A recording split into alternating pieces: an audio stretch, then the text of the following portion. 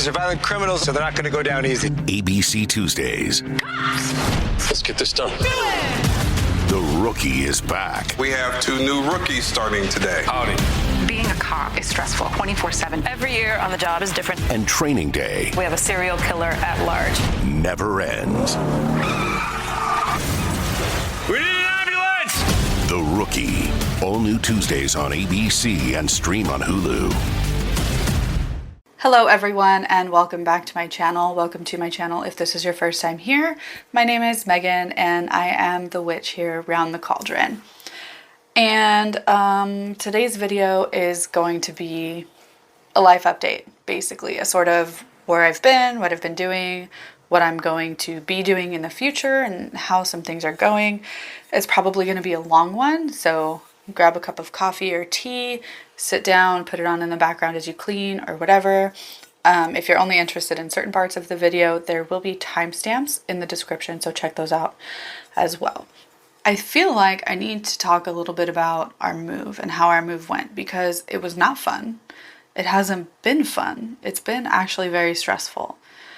And I've been trying to work through some of my own thoughts and process my emotions about this, because the fact that we moved was my idea.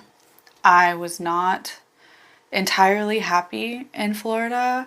Honestly, most of the reason that I wanted to leave had to do with the politics and the fact that there was nowhere for me to go to the river or go into the forest or whatever, because yeah, they are there, but it's not what I wanted.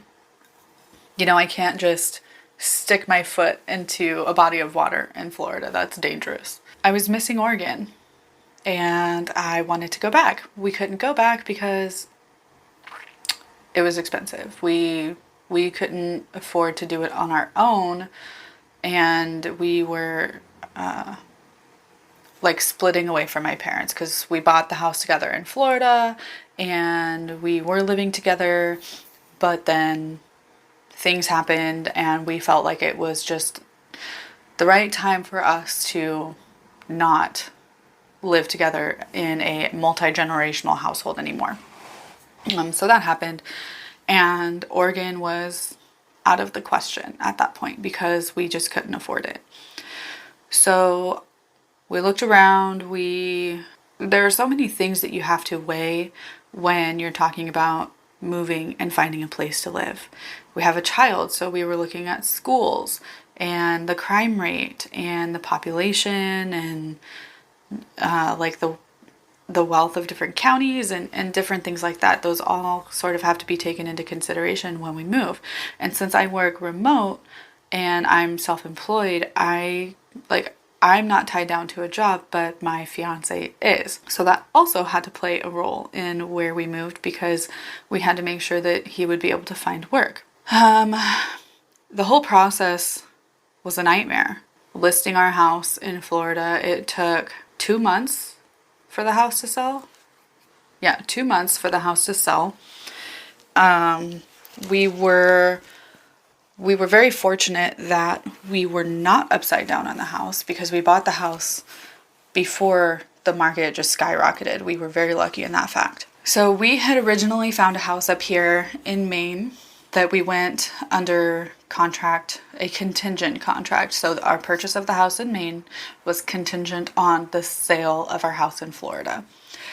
And as soon as we accepted an offer on our house in Florida, the person that's selling their house in Maine changed their mind. They no longer wanted to sell their home. And the offer that we accepted in Florida was a cash offer, surprisingly, which shocked us. But they wanted a quick close because they wanted to be in the house before Christmas, which whatever, but that left us with 2 weeks to find a place to live.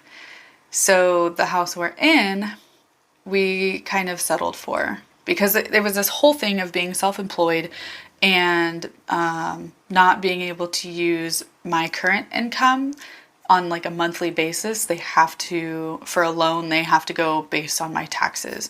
And my income significantly increased from the previous year, but we weren't able to qualify for more money than we did. Let's just leave it at that. So our options were limited, and this is the house that we ended up in. This would not have been my first choice for the house that we're in right now. It needs work. There are structural issues with the foundation in the basement that need to be fixed, which we just got a quote for is like $15,000. And a lot of money is going to need to be put into this house for it to last, basically. So that whole thing has been stressful. The process of moving up here was stressful because that freak storm that happened in December that knocked out power to basically the entire state of Maine, and it washed out roads, and it flooded everywhere. Yeah, we followed that storm all the way from Florida to Maine. 3 days we drove in the rain and the wind, and it was a nightmare. And I feel so bad for my fiance when he was driving because he was the one pulling the trailer, and it was not fun. Even watching him pull the trailer was not fun for me. So we get up here and we get into our hotel that has no power, and they're running on a generator, and we were in the car for 3 days driving, and we couldn't even take a hot shower because there was no power. So immediately when we get up here, it was like one bad thing right after another, after another, after another. So I think things are finally starting to settle down. It's no longer freezing. There's no snow on the ground or ice or anything. So that is really boosting my mood, at least. And I hope it's helping my fiance. Yeah, but that's been like the basic gist of our move from Florida to Maine. And now that the weather is warming up, we are able to do more things and be outside and go different places. So I'm hoping that things get better, because it was not supposed to be like this, and I have cried way too many times in the 4 or 5 months that we've been up here for absolutely all of the stress that this whole thing has caused us. I keep telling myself, like, it wasn't supposed to be like this. It wasn't supposed to happen like this. Things were not supposed to be this way. It was supposed to be easier. And I know all of those, like, it was supposed to, or we should, or what if, like, those thoughts aren't helpful. But yeah, so many tears cried. So that was our move. And yeah, hopefully things settle down soon. In other news, my book is finally published.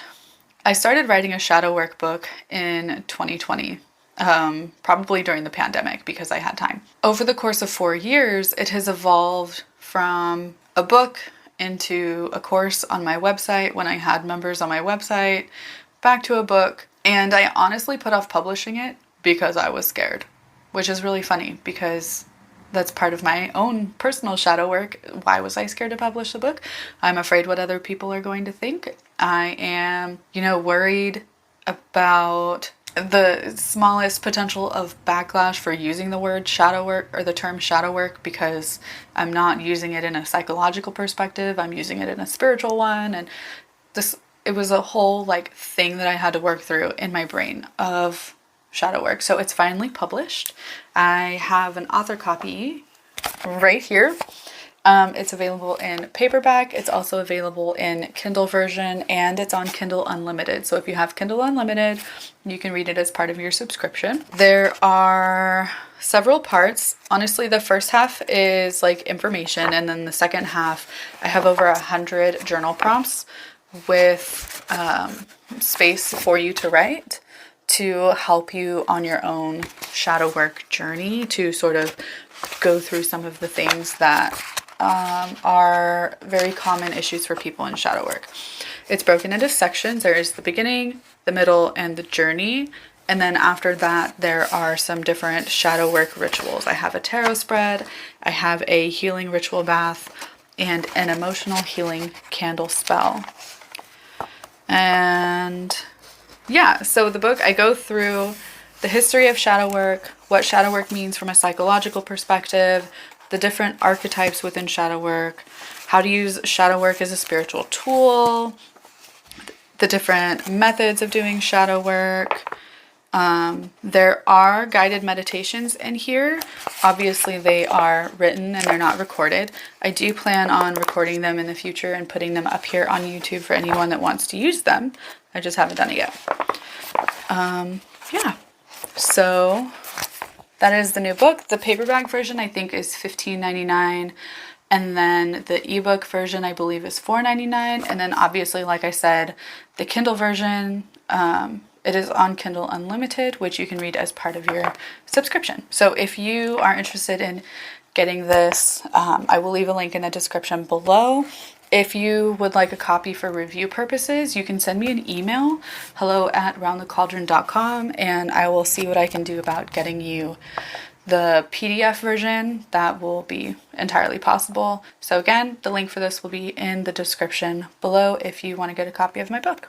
And in other news, I no longer have an Etsy store. My Etsy store got shut down for no reason.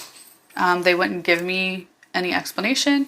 I did the appeal process and they were basically like, nope, sorry, your shop does not qualify for an appeal. We're not going to let you sell on Etsy anymore. And I have no idea why. So there is no Etsy shop. I am no longer even going to be selling any of my crochet stuff. Honestly, it's probably a good thing, probably a good reason, and that is because I'm going back to school. I decided that I finally want to go back to school to pursue something that I've wanted to do for a long time. I've tried to do this several times in my life. 1, 2, 3, at least 3 different times in my life. But I'm finally going back to school to pursue a degree in nursing. And that's going to be happening obviously this fall. So it makes no sense for me to have an Etsy store and like market and make things while I'm also working and being a parent and being a partner and studying and getting a degree. And yeah, I'll have no time. And I don't want to put that kind of pressure on myself to develop new products or to take custom orders and make more money with my shop and do the marketing. That's too much pressure for me. So the Etsy shop is just going to stay closed. I will not be taking commissions, and the subsequent Instagram account for the Etsy shop is going to be closing probably at the end of May or sometime in June. I haven't started the deletion process for that yet because I have a current conversation going on over there. But yeah, the deletion process takes like a month anyway.